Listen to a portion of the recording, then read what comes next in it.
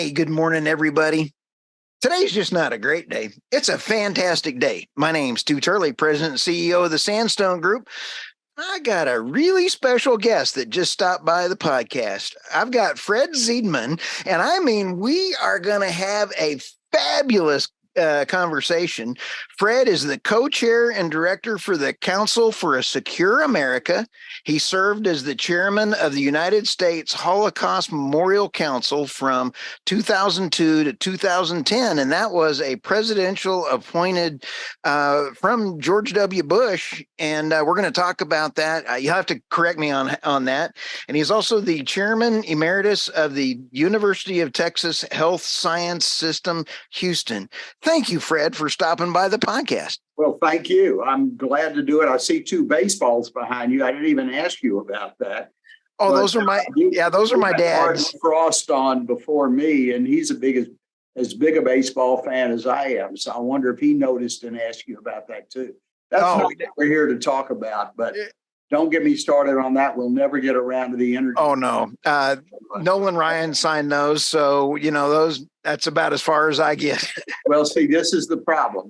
Nolan is from Alvin, Texas. I'm from Morton, Texas. Okay. Nolan and I have been friends since we were in high school. Oh, how fun. I informed him that I'm responsible for 3 of his strikeouts in his career, because the last thing I ever wanted to do was bat against Nolan Ryan. So I swung at the first 9 pitches he threw to me, and the 3 times I batted against him. And he wasn't even Nolan Ryan back then. I just swung and missed because I didn't want to. He was some skinny kid throwing 90-mile-an-hour fastballs. Wow. So I wanted nothing to do with him. That's a small world. Ever since. But anyway, long story short. And a little bit of inside baseball, not to make a pun, but you wrote an article with Congressman Martin Frost, out of Real Clear Politics just a little bit ago. So we want to talk about the world geopolitical, and we also, as we delve through this, find out about your background and those things. Right. In the energy crisis right now, and in the mixed up, crazy world we have right now, Fred, there's some weird things going on. And everybody when they listen to our podcast, they understand that we have to deliver the lowest kilowatt per hour to everybody on the planet with the least amount of impact on the environment. Let's use all sources of energy. Let's not print money. And that means nuclear, wind, solar, natural gas, oil. Let's use all of it and responsible and have some good policies on that. Right. So tell us a little bit about your article with Real Clear Energy Policy. I also saw some of your other interviews. So you really are out there on energy security. Well, first of all, energy security. Council for Secure America, by the way, was formed about 30 years ago. And my co-chairman is Harold Hamm. No way. And I didn't know if your listeners or our listeners today were aware of that or not. But as you all know, Harold Hamm is the single largest independent oil producer in America. Right. He owned and now owns again, since he took his company private, the Bakken Shale. He's the man that made America energy independent. Yep. We are not anymore, and that certainly isn't Harold's fault. We can get into that if you want. But the organization was formed as a nonpartisan organization. Right. The Democratic half of it was a man in New York who passed away, and after he passed away, I was asked to become Harold's co-chairman. And Council for Secure America, our purpose was to talk about energy security and the importance of Israel, if you will, to American security.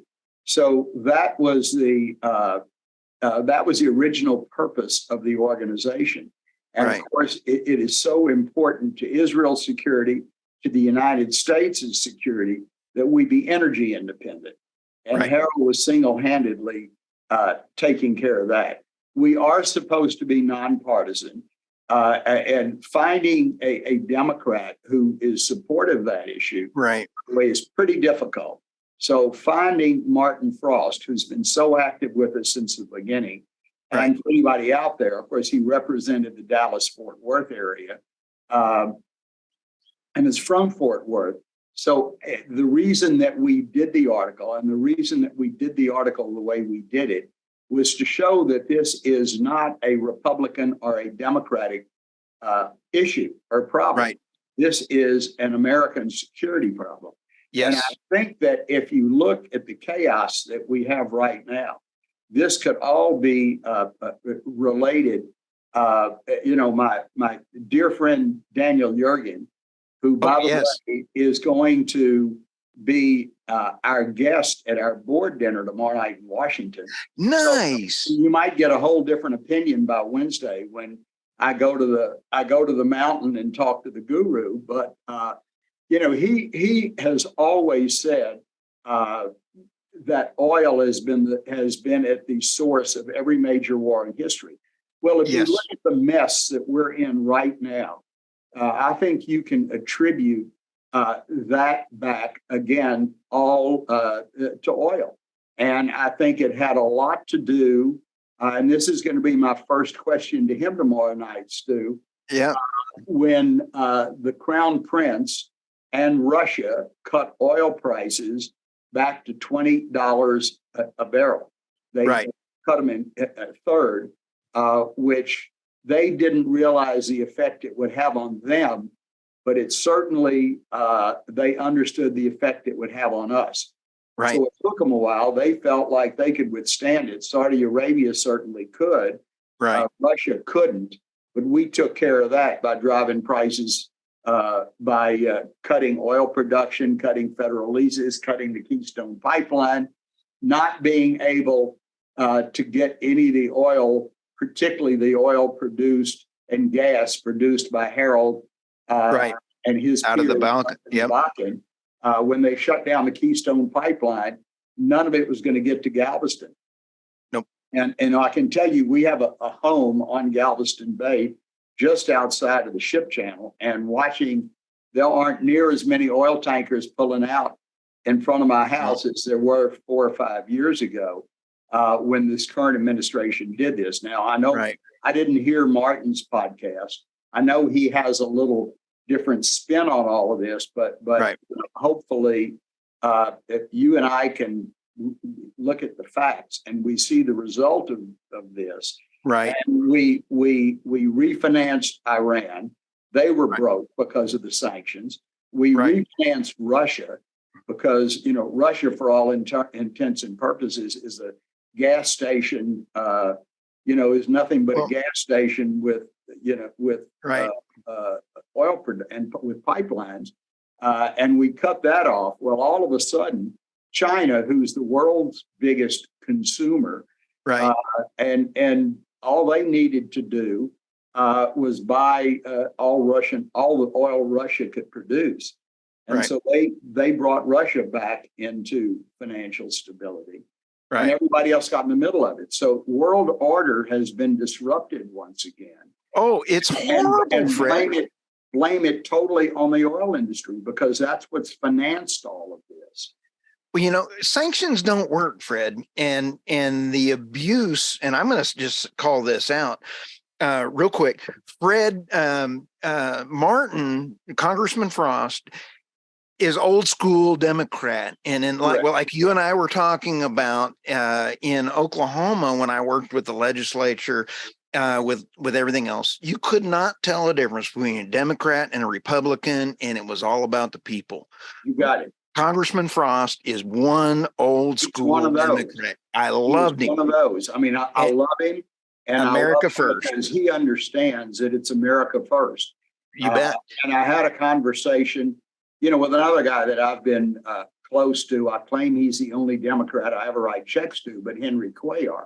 And Henry has always said to me, when he was in the Texas state legislature, that they would holler and scream and carry on when they were on the floor with the lights on them. And as soon as the lights went off, they'd go down the street to the Driscoll Hotel and everybody would smoke a cigar, drink a scotch, and do what's right for Texas and do what's right for the United States.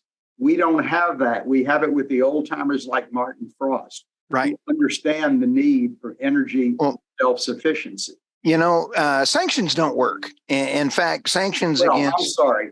Sanctions will work if everybody in the world, will observe it. The fact is they don't work when only the good guys are enforcing them, and the bad guys are totally ignoring them and totally consuming all of the sanctioned oil. I'm sorry. Go ahead. Well, that's what we got.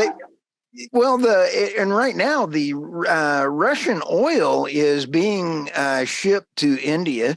It's being shipped to about 3 or 4 different areas. It's being then produced and refined, and then being shipped back to Europe in the form of diesel. And China was taking Russian LNG and turning around and selling it back to the EU. Wow. You're right. I mean, how does that work? That's the deal. And that's the problem with sanctions. And that's the problem from a geopolitical standpoint that we're in right now, is that our biggest enemies, if you will, are well financed. Right. And they have a common enemy, and that's the United States and the West. Go ahead. I'm sorry. I'm so sorry. I get so excited. I do too. I apologize. This is your podcast, not mine. But but you're the guest, and I just get excited. So, now, when you sit back and take a look, the energy security for America and your council, what are some things people can do, or what are you seeing on the horizon that you can do to help correct where we are? We're in this pickle because of the geopolitical situation. That's right. Israel is so critical because the Leviathan field out there in the Mediterranean is critical. Got new pipelines going over there. I believe Italy and Cyprus are getting some new pipelines. Right. That Leviathan field is critical to replace that Russian gas. What do you guys got going on for solutions? Well, so the answer is the solutions are really easy, but unfortunately, the bulk of the American public is on the pump side, not the production side. And all we can really do is continue to educate them and hope they don't get it. One of the things we do at CSA is we take people to the Bakken Shale. We take some of the thought leaders out there. We show them how, number one, how important production of oil and gas is to make us independent, to make us not dependent on foreign oil. The other thing we show them is that we're not ruining the environment. Now, if you want to look at the impact on the environment, it's there for one reason, and that the only thing is having to flare so much methane into the air from natural gas. If that pipeline had been built, there wouldn't be any flaring. I met with the Crown Prince. I was fortunate enough in Saudi Arabia. Nice. And I asked him, how much flaring do you do? And he looked at me, laughed, and said, 0. I mean, the only reason, do you know, by the way, if you look at, and I'm not pushing Google, but if you look at Google Earth at night, have you ever done this? The 4th brightest spot in America. You've got New York City, you've got Chicago, you got Los Angeles, and then you've got North Dakota. And that's because of the flaring. It looks like daylight there.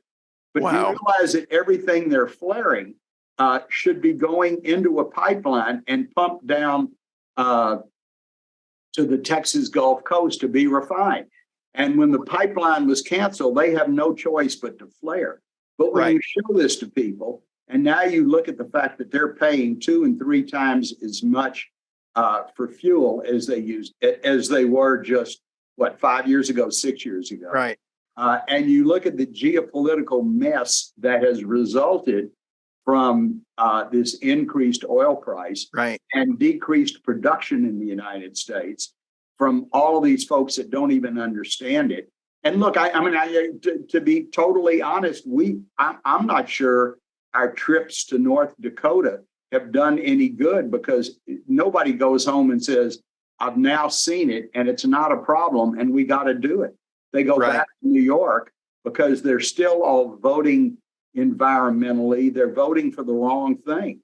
But we have a never ending quest to educate them, Stuart, and we do it on your show. We do it everywhere we can.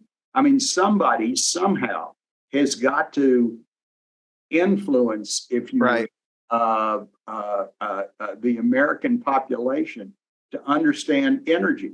It can't be the Speaker of the House saying we have to use natural gas and not fossil fuel, if you remember that one a couple of years back. I mean, and I hate to say it, but you want to tell me, that she obviously didn't understand. Speaker of the House doesn't understand. Who does? No, I so much of America blocking what this country needs to do. So we're the evangelists. So. When we have we have Secretary Granholm last week saying we got to put solar panels on tanks. We got to have all EV in the military. This is absolutely ludicrous. There's no charging stations in the battlefield. No, they don't. What do you do in California, where you got to have an EV, but you don't have anything to supply it with? Oh, so, yes. And or we're supporting child abuse with labor out of the copper mines. Let's have a plan. Right. It goes back to let's use nuclear. Let's use natural gas. Let's use oil. Absolutely. Now, Fred, I get so excited, especially when we talk about New York. New York is having some serious problems by banning natural gas stoves. Right. This is nuts. Well, this is insanity. This is absolutely insanity. There is your single least expensive available source, and now we're going to go cut it off, right? You can't use it in your stoves. You can't use it in your gas. I mean, okay, so not as many people are going to die burning up in their house, right? But they're going to freeze to death because they can't light their gas. Yeah. So none of this. It doesn't make any sense. And now pipelines.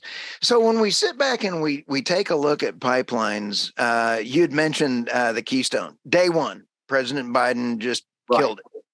That also would have brought that extension into Canada. Would have brought down the oil field sands, which would it's a heavy oil, which would mean we don't have to import the millions of barrels from Venezuela. That's right.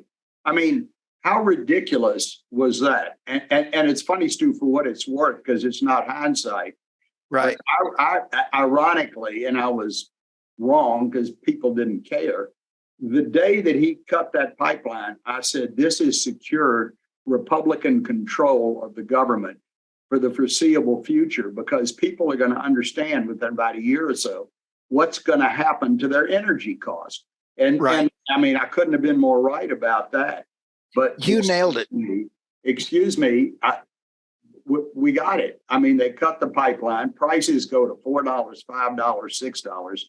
Who would have ever thought that anybody in America would have voted Democratic after seeing that? But they did. Law about people vote their pocketbook. Well, they sure didn't in 2022. No. And what gets me is we have the East Coast, Newsom just saying that he's going to kill all internal combustion cars by 2035. The 17 other states are going to follow along with it. You have the governor of New York passing the legislation to wipe out natural gas. And natural gas is being imported from Russia, Trinidad, and another one. And they're importing their natural gas from Russia and Trinidad. And why can't we put I mean, if you look at Trinidad, if you look at the Caribbean, the Chinese are building all the refineries down there, right? And refining there. And now they can get it through the Panama Canal. So then they can all ship it back to China or ship it, back into Europe. I mean, this is all of the stuff. I mean, this Wow. became the greatest country in the world, Stu, because of American exceptionalism. And And we it have absolutely disappeared. I and mean, we have wonderful. I'm we're sorry. Cinderella now. I mean, we're up in we're the orphan stepchild up in Oh, the attic all of a sudden. and China, it's even. this is becoming the Chinese century. And why? Because they have more consumption than anybody in the world, and they can take everything the bad guys can give them. Oh yeah, and how do we with China? This is a real issue just on itself because the Right. ESG movement,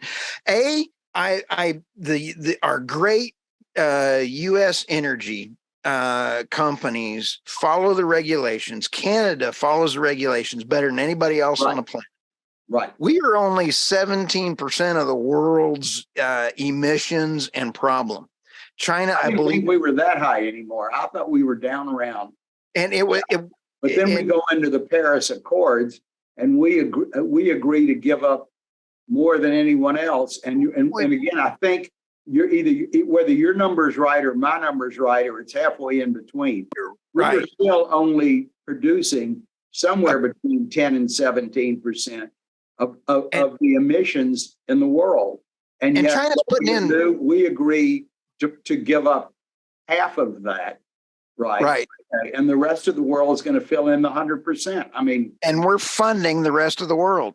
and we're funding the rest of the world. So And China is building a coal plant every week. yep.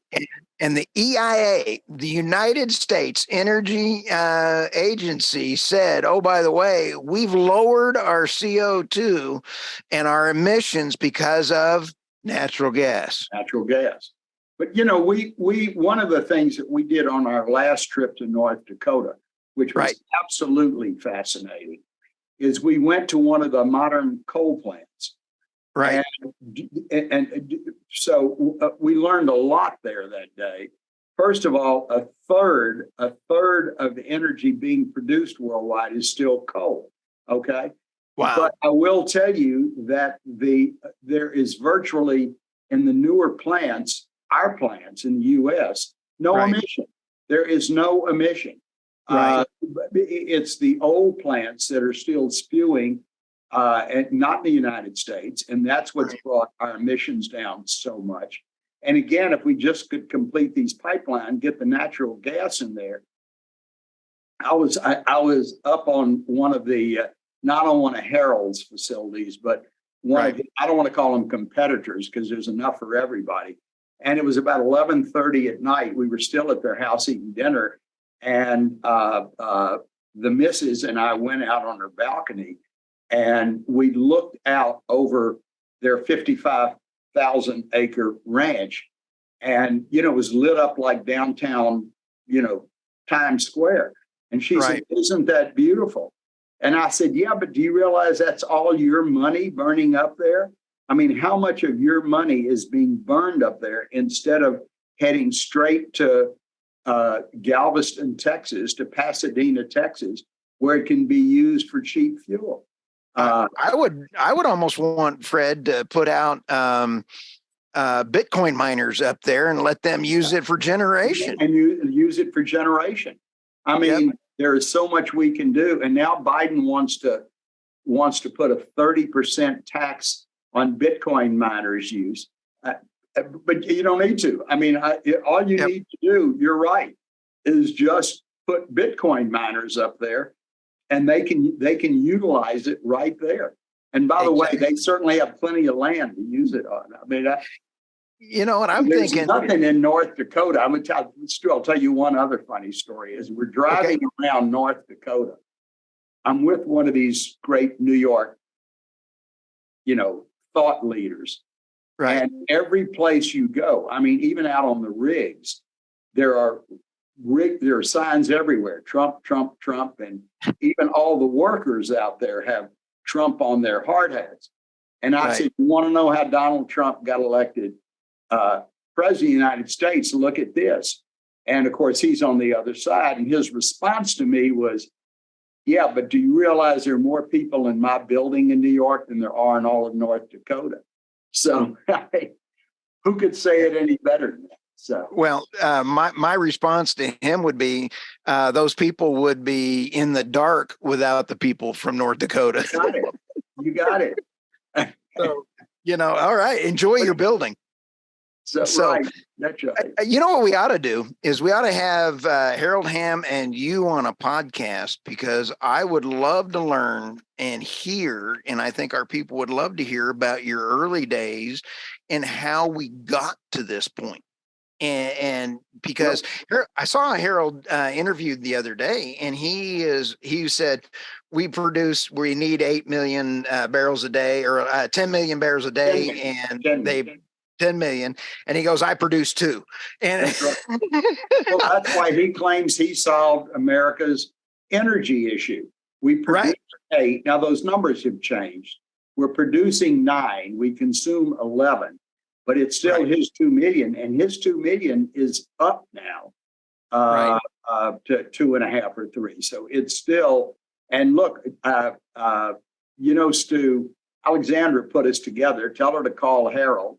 Harold will be with me tomorrow night with Daniel Jurgen. That's going to be, I'll tell you, I started not sleeping last night, just thinking the thrill of being with Harold Hamm and Daniel Jurgen, and How fun. me being the Stu Turley tomorrow night in that conversation in Washington, D.C. But you can only imagine. So I talked to Alexandra's watching this. I'm going to tell her that, because Alexandra, who is the best there is, right. arranged this for us. And Nice. I'm going to tell her to ask Harold to come on. And you don't even need me, because I'm liable to get lost into baseball. But oh no. And let him tell you the history, because he's the man. Well, I would love to have both of you on there, because it to me would be but, so I much. get a little more excited than he does. If you know Harold, I mean, here is the single largest producer in America.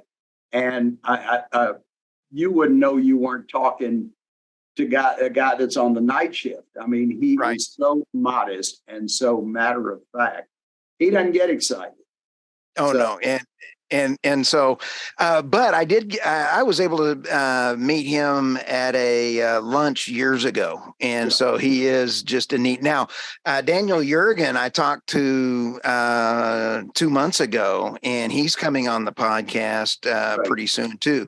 So, in fact, I was talking to him when he was interviewing David Blackman, who is a Forbes author.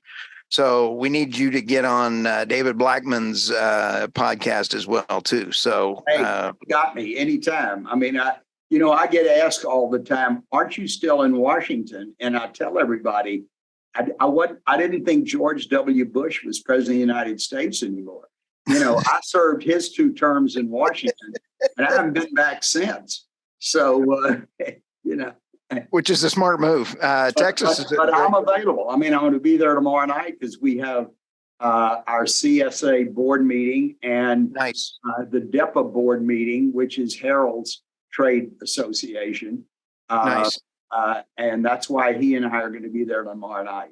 But let's both ask Alex to arrange all this, and I'll do it as often as you can do it. So I'll tell you what, getting the word out, Fred, and your success with the energy security for America is critical. It's critical for everyone. It doesn't matter. Energy transcends race, religion, creed, color. If you're human, our relationship with Israel is so critical. right. Our relationship around the world is critical, and it all stems around energy. Your comments stems around energy. So we got about 2 more minutes here, and we've heard about what you've got going on tomorrow. And I'm going to be like, I would pay big bucks just to be a fly on the wall and do that. But the invitation is, Fred, with our news channels and everything else, if there's ever any kind of word you need put out, let us know. We want to help you get the word out. I said, I hope Alexandra is watching, because Alexandra, FUR, I've just given you the plug as being the best in the business.